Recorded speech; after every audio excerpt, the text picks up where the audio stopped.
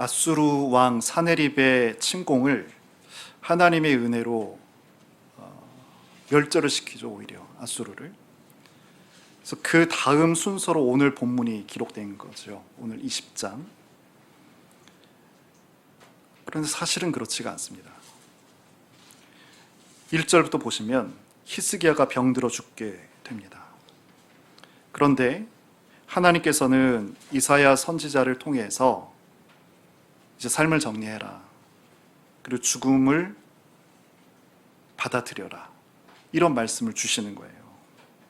그러자 이 말씀을 들은 히스기야가 어떤 행동을 취하냐면 얼굴을 벽을 향하고는 하나님께 기도합니다. 이 모습이, 이 마음이 어떤 마음인가요? 세상에 대한 모든 마음은 다 끊어버리고 하나님께로 집중하겠다는 거예요. 근데 이런 기도를 하고 있을 때 이사야는 아까 그 하나님의 말씀을 전하고는 이제 궁에서 빠져나가는 거예요. 그래서 오늘 성경에 보면 여기 4절에 이사야가 성읍 가운데까지도 이르기 전에, 그러니까 궁을 나오면 백성들이 사는 성이 있잖아요. 근데 사실상은 원문을 보면 궁을 나가기 전에, 직전에 하나님께서 또 응답을 주셨어요. 그것은 너의 삶을 15년 연장해 주겠다는 그런 말씀입니다. 우리가 11절까지 본문으로 삼았는데 12절 이하를 보게 되면 바벨론의 사신들이 옵니다. 왜냐하면 히스기야가 중병에 걸렸다는 얘기를 듣고 병문안차, 바벨론에서 아수르가 아니라 아시리아 제국 다음에 바벨론 제국이 있잖아요. 이때만 해도 바벨론 제국은 신생 제국이에요. 아주 작은 거죠. 근데 그들이 오는 동안에 히스기야 병이 나버린 거예요. 그래서 자랑하는 거죠. 그래서 보물고도 보여주고 무기고도 보여주고 창고도 다 보여주는데 하나님께서 이렇게 도취된 그의 모습에 대해서 굉장히 노하시고 심판을 예언하십니다. 우리가 읽지 않았던 17절 부분에 있는데 이제 우리가 알다시피 바벨론의 포로로 끌려가잖아요. 무려 70년 동안 그 예언을 주십니다. 그런데 이 굉장히 큰 사건이죠. 사실은 지금 이 상황은 언제냐면 아수르의 1차 침공 직전에 있었던 사실인 거예요. 거의 앞에 있었던 사건이, 오늘 사건이 지금 마지막에, 지금 히스기야 마지막, 오늘 생의 마지막을 보고 있는데 실제로는 굉장히 앞쪽에 있었던 것을 지금 뒤에 지금 기록하고 있다는 거죠. 18장 우리가 살폈었는데 18장에 보면 히스기야가 굉장히 하나님께 칭찬받을 만한, 하나님을 잘 섬겼던, 산당도 멸하고 패하고 그런 좋은 모습들을 보였었어요. 그런데 그 다음에 아수르가 저기 북이스라엘, 동쪽 북이스라엘의 수도인 사마리아를 3년 동안 포위하더니 완전히 멸망시켜버렸거든요. 오늘 이 사건은 이 사건 바로 다음 여기에 위치했어야 될 사건이라는 거예요.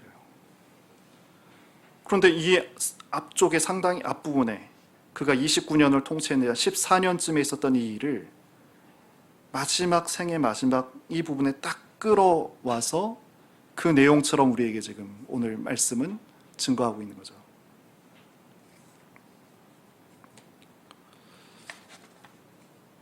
그렇다면 왜 성경은 이렇게 앞서 있었던 내용을 히스기야 생의 마지막 말미에 넣었을까? 우리는 물어봐야 됩니다. 궁금해야 됩니다. 이거예요. 택함을 받은 백성의 믿음 상태를 정리해 주고자 하는, 그 당시 또 지금 우리에게 믿음의 상태를 정리해 주고자 하는 거예요. 그리고 그의 생을 마치려 하는 거죠. 히스기야는 평생 동안 자기의 마음 상태를 가다듬어 갑니다. 그 모습을 우리가 바라보면서 우리 또한 우리가 가져야 할, 우리 신자가 가져야 할 믿음의 상태가 무언가를 성경은 말씀해 주시는 거죠. 오늘 본문이 왕의 기도, 또 히스기야 기도록에서 기도의 어떤 전형적인 모습, 우리가 앞서서 봤고 오늘 오후에도 살피겠지만 큰 두 가지가 있잖아요. 전쟁에 앞서서 두려워했던 그 기도, 그 기도를 응답해 주셨던 기도가 전의 기도고, 오늘 기도는 죽음에 임박했을 때 기도했을 때 생명을 15년 연장해 줬던 이 기도, 히스기야의 기도, 이 두 가지가 유명하단 말이에요. 근데 오늘은 두 번째 기도인데, 근데 사실 생명 연장을 위한 응답받는 기도의 전형으로 기록된 것이 아니에요. 오늘 본문은 그런 목적이 아닙니다. 오늘 성경의 진짜 주제는 어떤 거냐면, 믿는 자가 듣고 배워서 머리로 알고 있는 하나님, 그 하나님을 실제 가운데 살아계신 하나님으로 인정하느냐, 아니면 세상의 힘을 하나님보다 더 실감하는, 하나님 실감하는 것이 아니라 세상 힘을 실감하면서 살아가느냐, 이 양극이잖아요. 이 양극 사이에서 우리 신자의 길은 어떤 것이 하는가를 말씀해 주는 것이죠. 자세히 보면 1절부터 히스기야의 죽음 상황이 딱 다가왔는데 하나님께서 어떻게 하세요? 아예 죽음을 선언하신단 말이에요. 여러분, 이 대목을 우리가 주목해 볼 필요가 있습니다. 보통은 죽음에 대해서 이렇게 알려주는 적이 없었어요. 성경에서. 그저 다가온 죽음 앞에 그냥 우리는 생명을 떠나는 거죠. 근데 여기에는 하나님의 의도, 다시 말해 하나님의 교훈, 하나님의 레슨이 여기 있는 거예요. 동시에 그 히스기야 삶을 통해 히스기야에게도 레슨하시지만 오늘 히스기야 삶을 듣고 보고 있는 우리에게도 레슨하시는 거죠. 기도를 통해 생명을 연장받았다는 것이 초점이 아니다. 히스기야의 평생의 삶을 바라보면서 살아계신 하나님 쪽으로, 그가 하나님을 추구해 들어갈 때는 언제였는가 여러분 한번 생각나시나요? 한번 생각해 보세요. 히스기야가 언제 하나님께 이렇게 기울어졌죠? 여러 위기가 있었잖아요. 언제 히스기야가 하나님께로 이렇게 방향을 잡아가냐면 세상적인 어떤 삶, 길, 이런 것들이 막혔을 때, 그때 그가 하나님께로 이렇게 방향을 잡아가는 것을 보게 됩니다. 오늘 사건은 언제라고요? 그가 통치 14년째인데 그때가 어땠냐면, 어떤 상황이 직전에 있었냐면 바로 그 사마리아, 북이스라엘 수도가 사마리아잖아요. 아수르가 3년 동안 진치고 있다가 그 사마리아가 사실 예루살렘보다 훨씬 더 큰 규모, 훨씬 더 많은 백성들이 있었던 곳인데 그것이 완전 멸망해버리고 말았단 말이에요. 동시에 어떻게 돼요? 히스기야도 이 아수르 왕의 힘에 완전히 마음이 점령당하 버리고 맙니다. 이런 상태, 완전히 세상 힘에 점령된 이 상태를 어떻게 하나님 쪽으로 이렇게 몰아가신가 하면 어떻게 해요? 죽음의 예고를 주신 거예요, 히스기야에게. 그러자 완전히 꽉 붙들렸던 그 마음이 하나님께로 이렇게 움직여가는 것을 우리가 보게 됩니다. 성경도 이렇게 표현하잖아요. 낯을 벽으로 향하고 여호와를 찾았다. 2절에. 세상의 관심, 얼마나 무서운 거예요. 얼마나 급한 현실이에요. 우리도 이렇게 죽으면 어떡하지? 이렇게 망하면 어떻게 되지? 이 강력한 붙들림을 끊어내버린 거예요. 여러분, 히스기야와 이사야가 지금 오늘 계속 대화가 오고 갑니다. 처음에 하나님께서 이사야를 통해서 너는 곧 죽게 될 거야 라는 말씀을 주시잖아요. 그 말씀 전하자마자 그 민망하게 왕궁을 다 나가기도 직전에 또 하나님께서 또 말씀을 주시잖아요. 얼마나 본인도 전하지만 왕이 죽는다는 말을 전하는 것이 쉽겠어요? 근데 그 말 전하고 아이고 참 어떡하지 하면서 지났을 것인데 다시 돌아가서 히스기야 면벽 그 기도에 응답을 주셔서 전하게 되는데 왜 이렇게 할까요? 15년 더 살겠다는 그 응답을 지금 이사야가 전하게 하셨는데 왜 이렇게 하셨을까요? 하나님께서는 그동안 살아계셨고 언제나 계속해서 그 히스기야 옆에서 곁에서 항상 계셨다는 거예요. 그런데 그랬는데 히스기야의 마음이 어떻게 해요? 아수르 왕이 사마리아를 점령하고 무너뜨린 걸 보면서는 거기에 완전히 마음이 먹혀버린 거죠.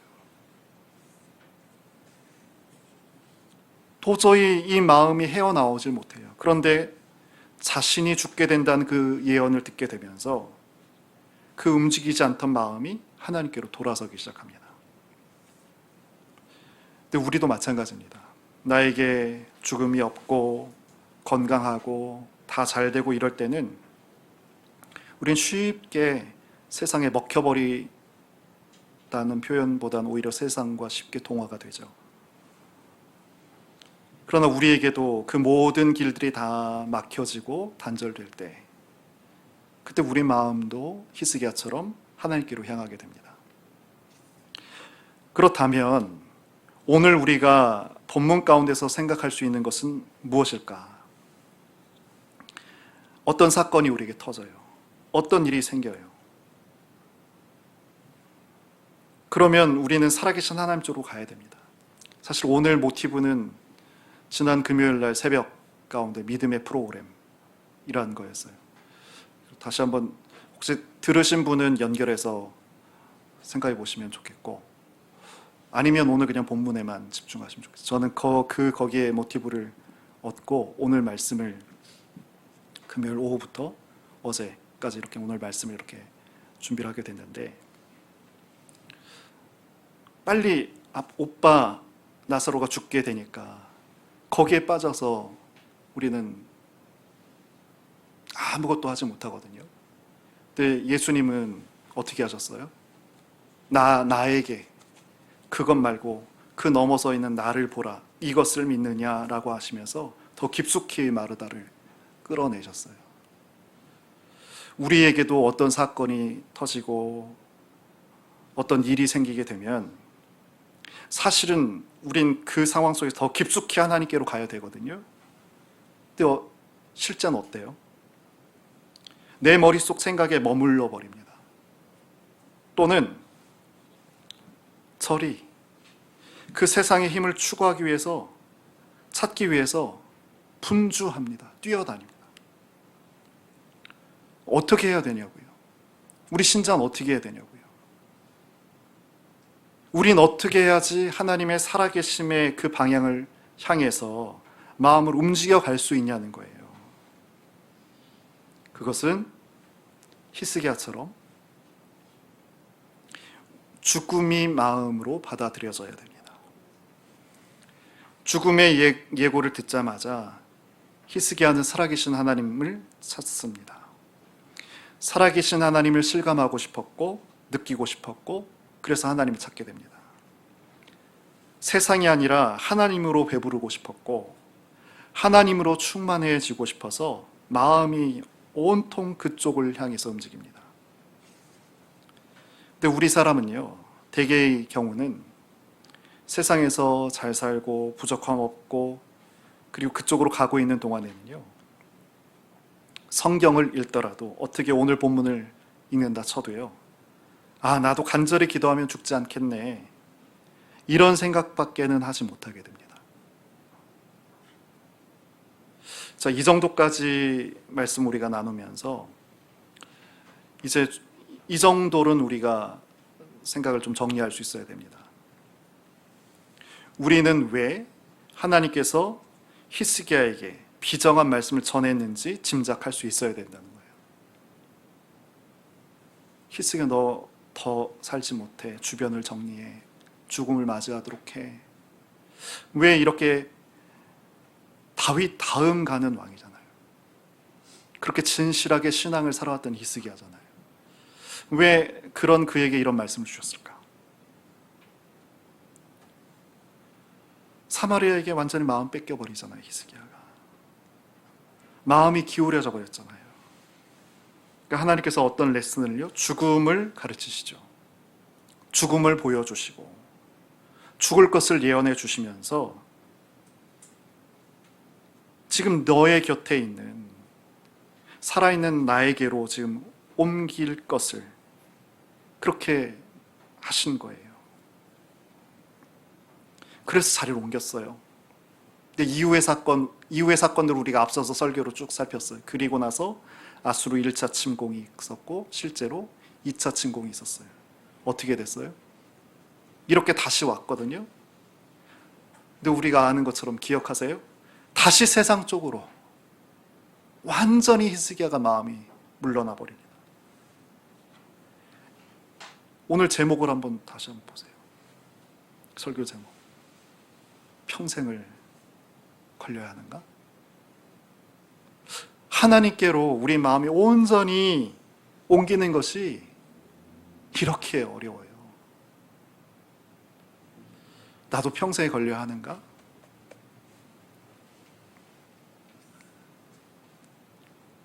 그러니까 이 사건을 이렇게 히스기야 인생의 마지막에 위치한 이유를 우리가 오늘 알아야 됩니다. 머리로 하나님을 들어서 알고 또 들어서 하나님을 인정하는 그런 사람들이 실제 삶에서는 어떻게 해요? 세상의 힘을 더 붙드는가? 아니면 하나님을 더 인정하는가? 이 사이를 왔다 갔다 하는 그런 모습을, 우리의 모습을, 실제 모습을 히스기야를 통해서 보여주고 계신 거죠. 여러분 한번 스스로 질문해 보세요. 나는 오늘 현재 어떤 쪽을 더 현실로 생각하고 있는가? 이리로 갈까? 저리로 갈까? 주님의 십자가를 딱 가운데 놓고 우린 늘 고민하고 있지 않냐는 거예요. 그러나 사실은 이거입니다. 내가 신자가, 자녀가, 하나님 자녀가 현실에 대해서 죽을 수 있을 때에만 우리가 하나님을 실감할 수 있다. 나의 생각에 머물러 있는 길을 택하지 않고 또는 세상 힘을 느끼며 그것을 붙잡기 위해 살아가는 것도 멈추고 하나님과 동행하는 그 방향으로 결단이 설 수 있는 그런 우리 참빛이 됐으면 좋겠다. 그런 기도를 하게 됩니다. 그럼 혹시 백투더 퓨처라는 영화 보셨어요? 기억나세요? 아주 오래전에 했던 영화인데 백투더 퓨처, 미래로 귀향하는 거잖아요. 백투더 퓨처. 못 보신 분도, 제가 이 영화를 시리즈로 나왔고 다 봤는데, 재밌게 봤는데, 과거로 머신을 타고 가요. 자동차 모양으로 생긴. 가갖고 거기서 상황을 바꾸게 되면요, 현재로 돌아왔을 때 완전히 다른 상황이 되는 거예요. 그 과거에 있었던 일이 나비 효과가 되어서 현재가 막 바뀌는 거예요. 이게 굉장히 재밌죠. 마찬가지로 현재의 어떤 사건을 바꾸면 정해져 있던 미래도 바뀌어질 가능성이 있는 거겠죠. 이 영화의 말씀을 드린 이유는 여러분 19장 23절 한번 보시겠어요? 11개가 19장 23절에 보면 내가 사자들을 통하여 주를 비방하여 이르기를 내가 많은 병거를 거드리고 여러 산꼭대기에 올라가며, 이게 사네립의 말이에요. 아수르의 사네립 왕의 말입니다. 산꼭대기에 올라갔다는 것은 많은 나라를 정복했다는 것을 비유한 거잖아요. 그러자 25절 보시면 이사야가 하나님의 말씀을 대언합니다. 25절, 내가 듣지 못하였느냐? 너는 사네립이죠. 이 일은 내가 하나님께서 태초부터 행하였고 옛날부터 정한 바라. 이제 내가 이루어 너로 견고한 성들을 멸하여 무너진 돌 무더기가 되게 합니다. 그러니까 아수르가, 사네립 왕이 견고한 성들을 다 멸하고 그것이 무너진 돌무더기가 되게 한 것은 하나님이 계획하셨던 거라는 거예요. 그리고 그 정하신 바가 이루어진 거라는 거죠. 아담의 타락 전부터 또 타락부터 타락, 그리고 먼 훗날에 이르기까지 이미 아수르가 이렇게 승승장구할 것을 하나님은 이미 계획 가운데 갖고 계셨고요. 그리고 현재 아수르의 사내립 왕이 어떻게 생각할까? 이 일은 다 자기가 했다고 그렇게 어깨를 으쓱으쓱 대고 있잖아요. 그러나 그렇게 하도록 한 그의 힘조차 뭐라고요? 하나님께서 통제하시고 조정하시고 섭리하신다는 그런 뜻입니다. 뿐만 아니에요. 세상 사람이 마음에 하나님 외의 것을 품은 그 악의 상태, 이것을 우리가 죄라고 생각하는데 그 상태에서 무언가를 가지려고 하는, 그것을 막 추진해가는 그 악의 역사를 벌여가잖아요. 근데 하나님께서는 이 모든 것을 통제하시고 섭리하신다. 오늘 스케일이 여러분 굉장히 커요. 이것을 그냥 대면대면하게 듣지 마시고 굉장히 밀접하게 다가가셔서 들어보시면 우리의 생애 자세가 완전히 바뀔 수가 있어요. 그런데 머리가 좋으신 분은 이 정도 되면 질문이 나옵니다. 제가 아까 처음에 백투 더 피처 얘기했잖아요. 이 영화, 그럼 이런 상황이 우리의 기도 상황에서 적용이 될까? 이 질문 해보셔야 됩니다. 하나님께 정하셨다며. 하나님께서는 태초부터 종말까지 나라와 민족의 운명, 그리고 모든 인간 각인의 일생 전체를 다 계획해 놓으셨죠. 이것이 작정론이, 이것이 작정이고 예정입니다. 우리가 그런데 그 현 상황에 맞이하는 그 해결책, 이것을 하나님께 간구해서 응답을 받아요. 그러면 그 응답이 주어진 그 시점으로 해서 앞으로의 나의 여생이 바뀌고 나와 연관된 사람, 상황들도 다 바뀌어질까라는 질문이 되겠죠. 어떻게 생각하세요? 나 한 사람의 계획이 변화하면서 이 지상에 사는 선민들이 기도할 때마다 응답을 주시잖아요. 그러는 동안에 그때마다 미래에 대한 하나님의 계획이 바뀌는 걸까요? 어떻게 생각하세요? 오늘 하나님께서는 히스기야 왕의 생애를 마감하는 마지막 순간이거든요. 근데 그 삶이 그냥 꽉 눌러서 표현해낸 그 함축된 메시지를 우리에게 지금 전달하시고자 하는 거예요. 표면적으로는 왕이 죽을 병에 걸렸다가 지금 치유되는 내용이에요. 근데 이미 이 병은 원래는 뭐였어요? 하나님의 뜻 가운데에서 계획하신 죽음이었어요. 본래. 여러분, 이것을 우리가 볼 수 있어야 됩니다. 그리고 나에게도 한번 적용해 볼 수 있어야 됩니다. 근데 이때 어떻게 했어요? 하나님의 계획이 이렇게 있었는데 히스기야는 어떻게? 벽을 보면서 눈물로 기도합니다. 내가 어떻게 살았는지 다 읽었지만 심히 통곡하면서 주께서 보시기에 선하게 행한 것을 기억하옵소서. 내가 진실과 전심으로 주 앞에서 행한 것을 기억하소서. 그렇게 기도합니다. 그랬더니 하나님 어떻게 하셨어요? 응답해 주세요. 3일 만에 병이 낫겠다. 근데 아니에요. 그것도 못 믿어요. 더 완전한 치유의 징표를 구해요. 그랬더니 어떻게 해요? 해 그림자를 뒤로. 아니 어떻게 그림자가 뒤로 나가요? 이것을 보여주세요. 여러분 가만히 보세요. 하나님 정하신 것이 있는데 우리 하나님께서 우리가 기도할 때 오늘 더 세세하게 말씀드리겠지만 일단 이 장면에서 우리 하나님께서 어떤 친밀하고 친근하고 얼마나 사랑이 깊으신 분인가를 한번 가만히 한번 보세요. 정해진 사실이지만 정해진 사실에 눈물로 호소하는 히스기야를 박대하지 않으세요. 그렇죠? 얼마나 뜬금없는 일이에요.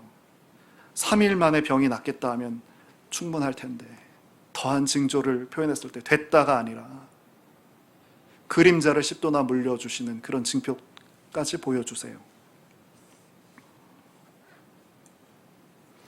히스기야 통치 시절의 그 순서를 아까 살짝 말씀드렸지만 다시 한번 좀 표현해 드리면 오늘 이 상황이 지금 기원전 701년경입니다. 상당히 오래전이죠. 그의 통치 14년째. 이사야 선지자를 통해서 죽을 병에 걸렸던 곧 죽을 것이라는 통지를 받았습니다.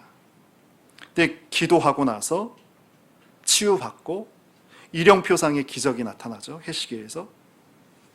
그런데 바벨론 사신들에게 보물을 막 자랑합니다. 충분히 자랑할 만해요. 아직 작은 세력이니까.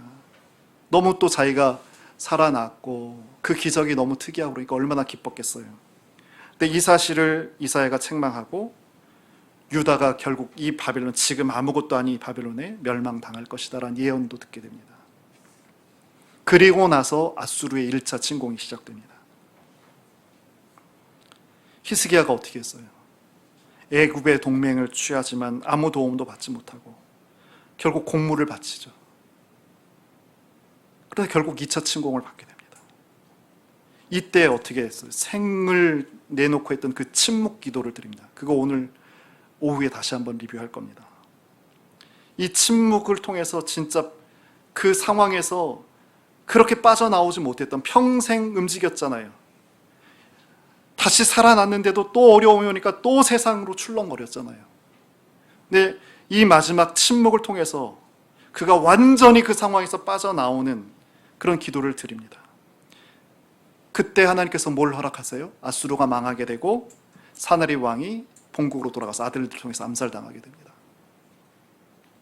근데 오늘 이 20장의 이 치유 사건은 이렇게 모든 연표의 가장 앞부분에 있는 그런 사건이라는 거예요. 도대체 뭘까 성경은? 이거예요. 히스기야의 삶을 통치 전체를 압축해갖고 지금 우리에게 전달해 주고자 하는 의도가 있다는 거죠. 성경을 읽으신 분은 기억나실 수 있는데 한참 전 과거 여호수아 시대 때 그 아얄롯 골짜기에서 해가 중천에 이렇게 머물렀던 그런 사건이 있습니다. 그리고 오늘 기적이 비슷한 것인데 해는 앞으로 나가는데 그럼 그림자가 앞으로 나가야 되잖아요. 근데 그림자가 뒤로 10도가 가는 거죠. 하나님께서 베푸신 기적의 난이도 자체는 의미가 없습니다. 그렇죠? 하지만 한번 생각해 보세요. 해가 앞으로 가는데 그림자가 뒤로 10도 뒤로 간다? 이것 쉬운 일이 아니죠. 근데 중요한 사실은 우리는 자꾸 이것만 우리 눈에 보여요. 근데 중요한 사실은요, 뭐냐면 이 기적의 의미를 바라보면서 우리가 봐야 할 것이 뭐냐는 거예요. 이 기도는 마치 그림자 기도와 같다는 거예요. 가치 없다는 게 아닙니다. 그림자 기도와 같다는 거예요. 하나님께서 히스기야 왕의 그 기도를 응답하십니다. 병이 나을 거고 수명 연장에 대해서 말씀하시는데 직접적으로 연관이 없는 말씀을 하셔요. 여러분 한번 6절 볼까요? 20장 6절. 굉장히 특이한 말씀이에요. 열왕기하 20장 6절.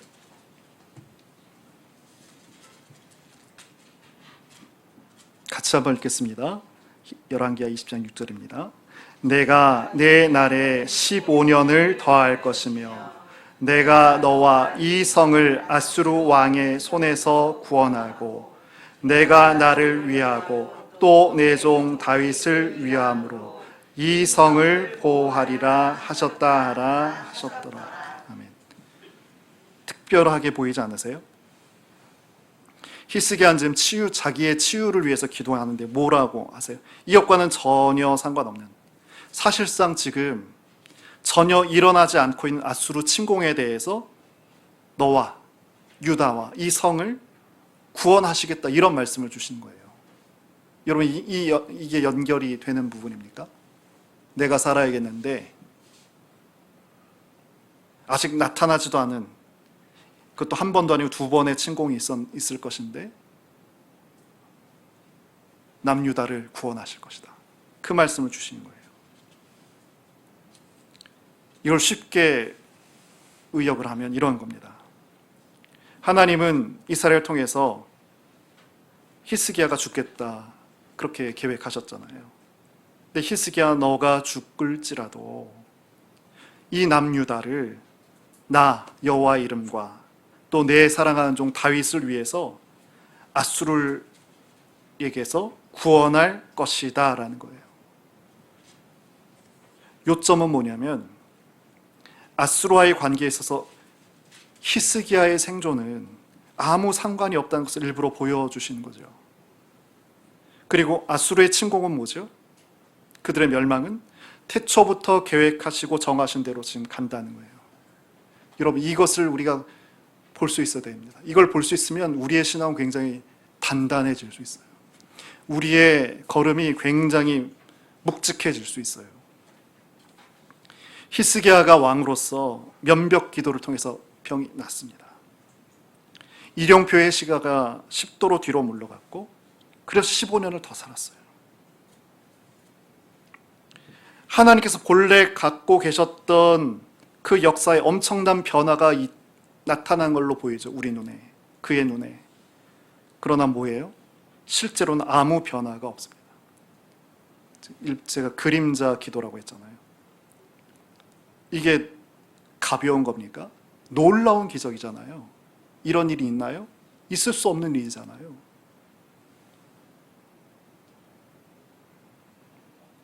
히스기야 왕 15년 연장된 건, 이건 지금 현재에 갖다 놔도 이건 기적이죠. 이런 일이 어떻게 있을 수 있어요.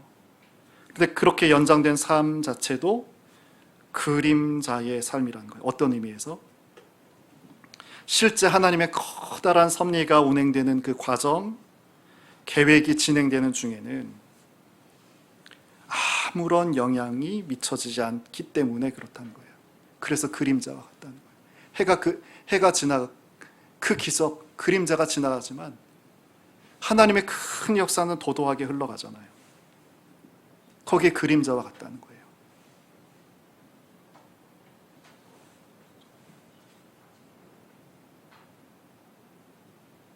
그러니까 히스기야는 하나님의 본래 계획을 따르는 것이 나을 수 있어요. 이 말이 굉장히 어려운 말입니다. 제가 20대 후반에 그 신학대학원을 다니고 있었을 때 제 외삼촌 중에 막내 외삼촌이신데, 연대를 졸업하고 안기부에서 평생을 공무원 생활을 하다가 퇴직하자마자 감기가 계속 길어져 갖고 이상하다, 동네에서 감기약만 받아먹는데도 계속돼서 병원에 가보니까 뇌의 암이 마지막인 거예요. 그래서 계속 치료를 받으셨죠. 그때 이제 병문안을 가게 됐습니다.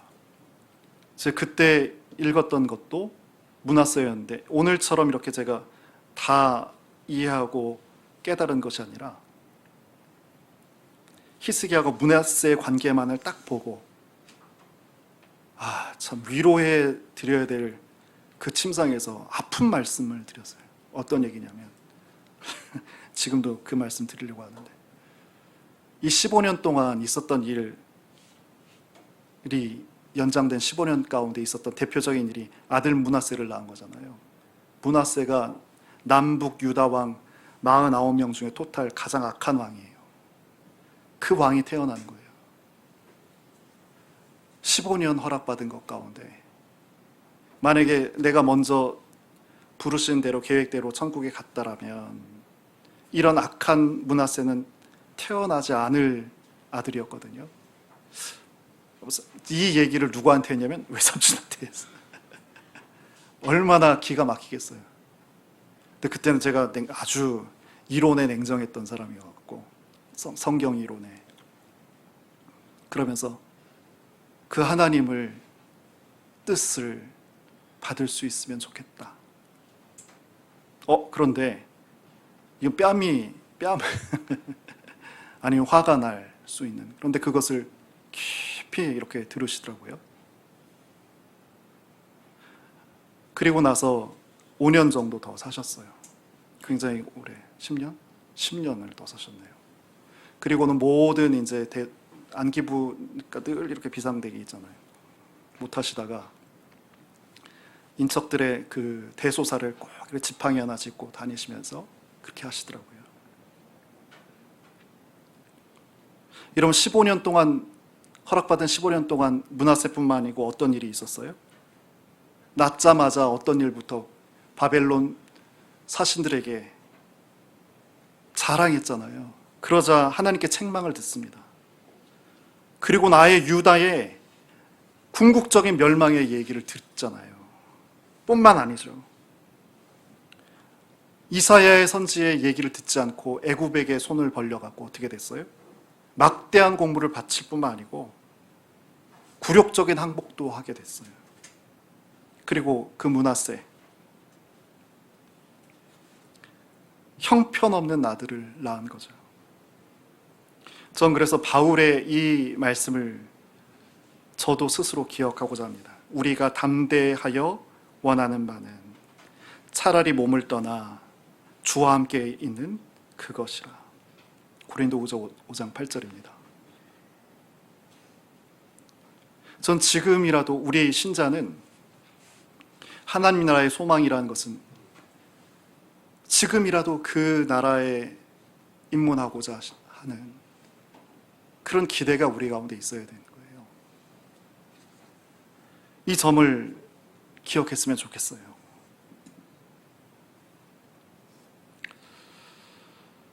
바로 이러한 맥락 가운데 이사야를 통해서 너는 집을 정리해라.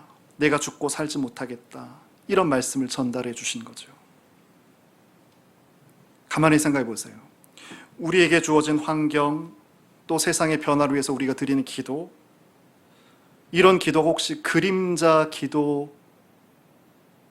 것이 아니냐는 거예요.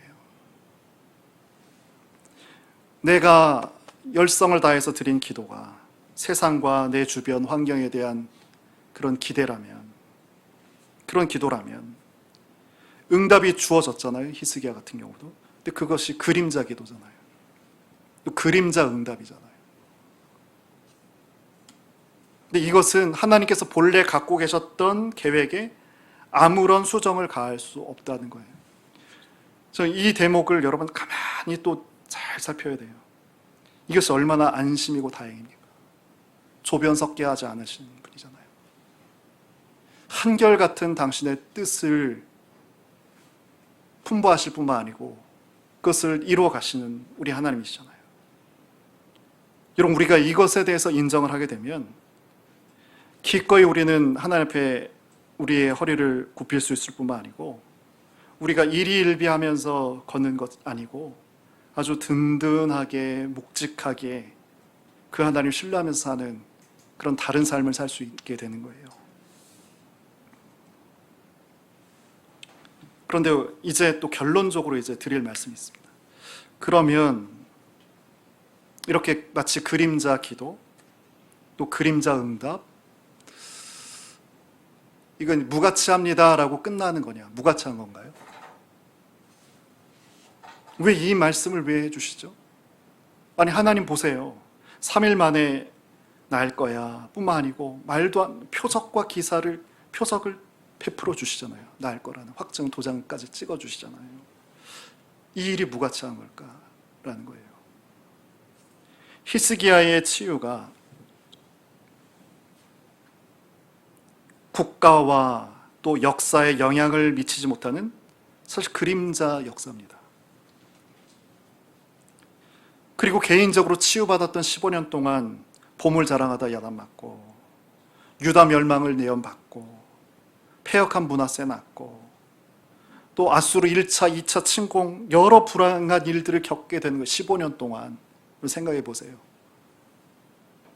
근데 이 15년의 기가 막힌 일들을 통해서 히스기야에게 바뀐 것이 있습니다. 히스기야 인생이 바뀌어진 것이 있어요. 그림자 기도밖에 할 줄 몰랐잖아요, 히스기야가. 그런데 어떤 기도? 발뺌하는 기도를 하게 됩니다. 그게 우리가 지난번에 오늘 오후에 나눌 겁니다. 최종적으로 그가 그런 기도자가 침묵의 기도를, 침묵 더 기억나실 거예요. 그런 자로 변할 수 있게 된 거예요. 이것이 15년의 핵심인 거예요. 그림자 기도라는 것은 우리가 세상의 문제, 근심, 염려 이거 다 끌어안고 그것을 변화시키려는 기도죠. 사실 우리가 지금 온통 하고 있는 기도가 이런 기도입니다. 근데 그 기도를 하나님께서 응답해 주셔요. 오늘 히스기야에게 응답해 주신 것처럼. 그런데 그것을 통해서 연쇄적으로 나타난 일들, 이것이 과연 유익한 것인지 우리는 알지 못해요. 그렇죠? 우리는 알지 못해요. 다만 하나님께서는 내가 원하는 대로 응답을 주심에도 뭐라고요? 당신께서 본래 갖고 계셨던 그 계획, 여기에 수정을 가할 수 없다는 것을 하나님께서는 보여주신 거예요.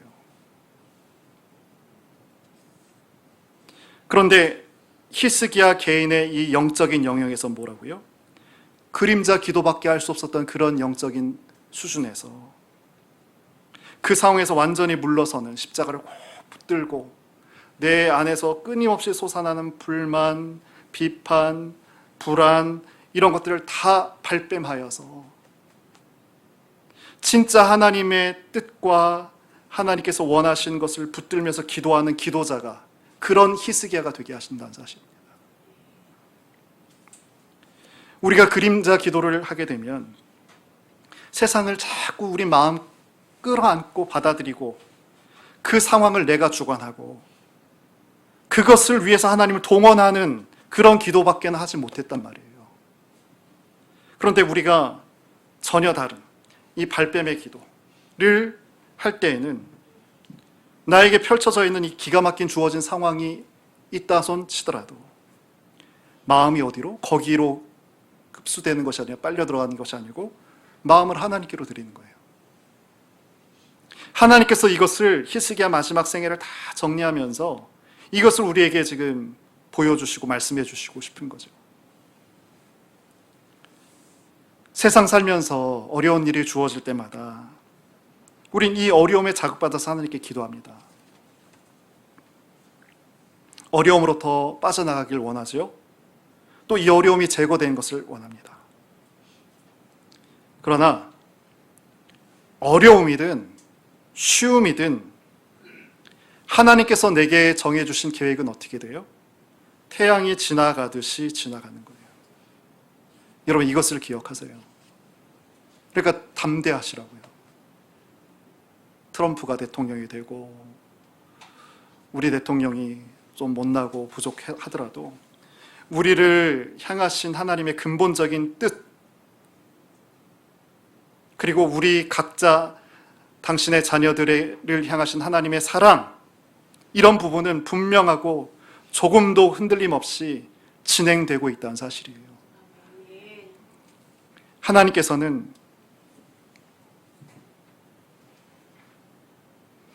당신이 갖고 계신 그 궤도를 수정하시려고 우리에게 어려움도 주시고 기도하기를 바라시는 게 아닙니다. 하나님께서 바라시는 건 뭐예요?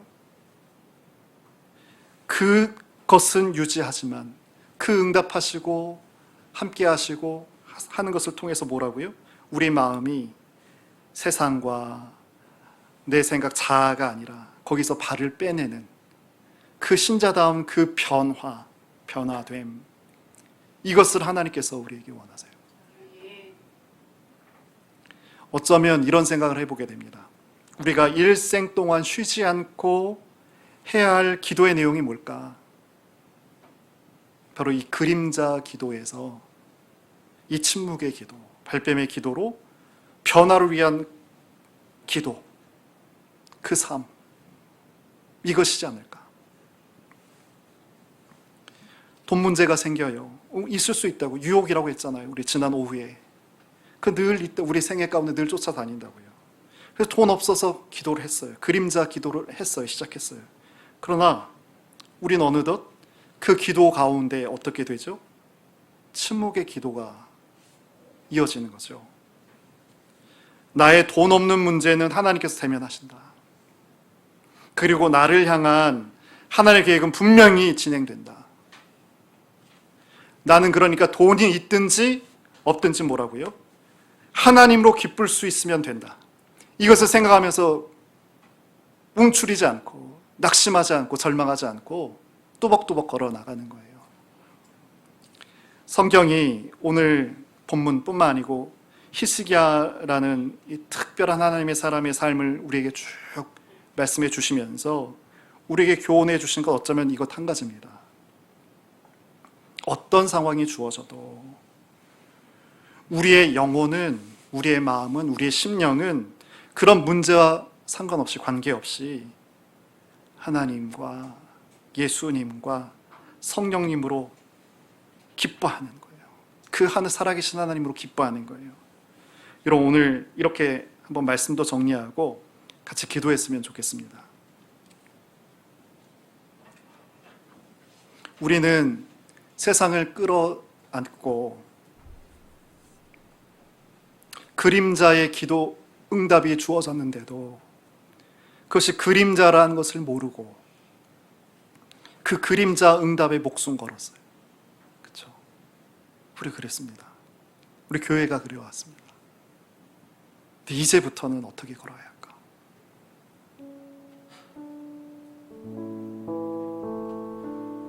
히스기야 평생 걸렸잖아요.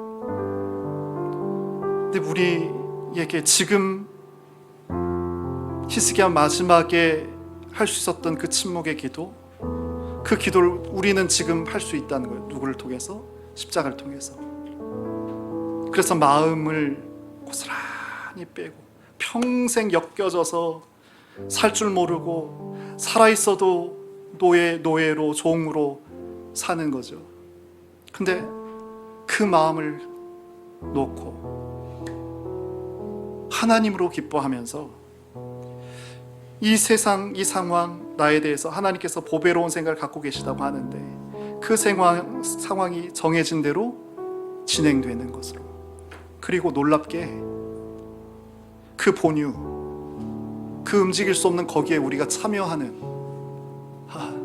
우리가 거기에 이제 참여하는 그런 자들이 되는 거예요. 전 우리 참빛이 아주 조심스럽지만, 아주 미미해 보이지만 아닙니다. 우리가 정녕 이렇게 하나님께 온 마음을 다 드리고, 그래서 그 하나님 말씀 따라 우리가 발걸음을 옮긴다면 가장 복된, 가장 감사한, 가장 그 은혜의 한복판에 설 수 있는 그런 믿음의 공동체가 되리라 확신합니다. 같이 그 걸음, 그 믿음의 동행에 우리 함께 기쁨으로 곁이 되어주는 그런 우리 모두가 되었으면 좋겠습니다. 오늘 말씀 기억하면서 잠깐만 같이